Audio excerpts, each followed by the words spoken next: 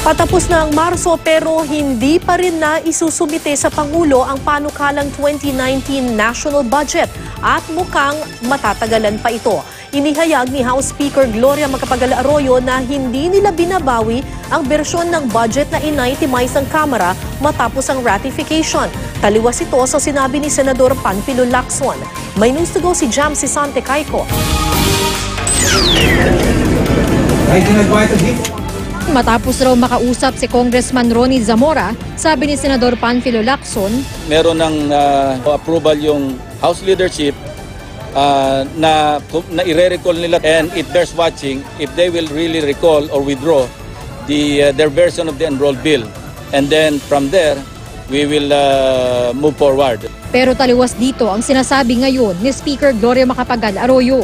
Hindi raw binabawi ng Kamara ang kanilang bersyon ng 2019 national budget kung saan naka-itemize ang lump sum funds na nasa DPWH budget. So we have not withdrawn our version. We're in discussions about what is the proposed version. I'm going to meet with the House members and with Secretary and with the Congressman Ronnie Zamora. Sabi tuloy ni Lacson, maging sa loob daw ng Kamara ay hindi na nagkakasundo dahil sa nakakahilo umanong pork. Ilang buwan nang atrasado ang 3.75 trillion pesos na 2019 national budget dahil sa banggaan ng Senado at Kamara. Ayaw itong isumite ng Senado sa Pangulo dahil pinakailaman daw ng mga kongresista kahit na-ratify na ito ng Kongreso. Ano ba talaga? So we'll just wait for them to make up their minds. We stick to, we stand firm to what we have already said and what we have decided, and that is we cannot agree to something that is violative of Article 170 of the Revised Penal Code, which is falsification of legislative documents. It's as simple as that.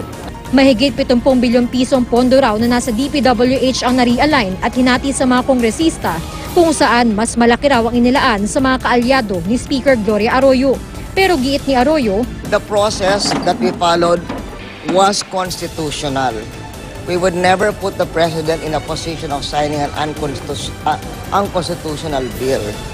It's the same process that was done even before I was Speaker, ever since the Supreme Court ruled that lump sums are unconstitutional. Bakit nila ni-ratify? De sana doon sa Baykang pa lang inayos nila. But according to the other congressmen that we have been talking to, they itemized already. They already itemized even before they ratified. And those that they were not able to itemize, they itemized after ratification, which is allowed.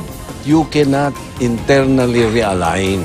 And that is what they did, and that is what we don't want to allow. Sa ngayon, ang reenacted 2018 national budget ang ginagamit ng gobyerno.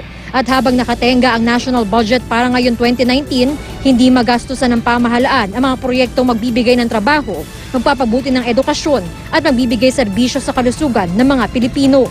Hindi rin agad mapondohan ng infrastructure projects ng gobyerno na malamang abutan na ng tag-ulan. Nanganganib ding maapektuhan ang sahod ng mga empleyado ng gobyerno. Mag-e-eleksyon pa man din sa Mayo. If we don't come to an agreement and then Tito Soto doesn't sign the bill, then there's no bill to send to the President. So I do not know if we will, but I would wish we would. If they do not withdraw and revert back to the original ratified version nila, then it's going to be in August for sure. Jam Sisante Caico, GMA News.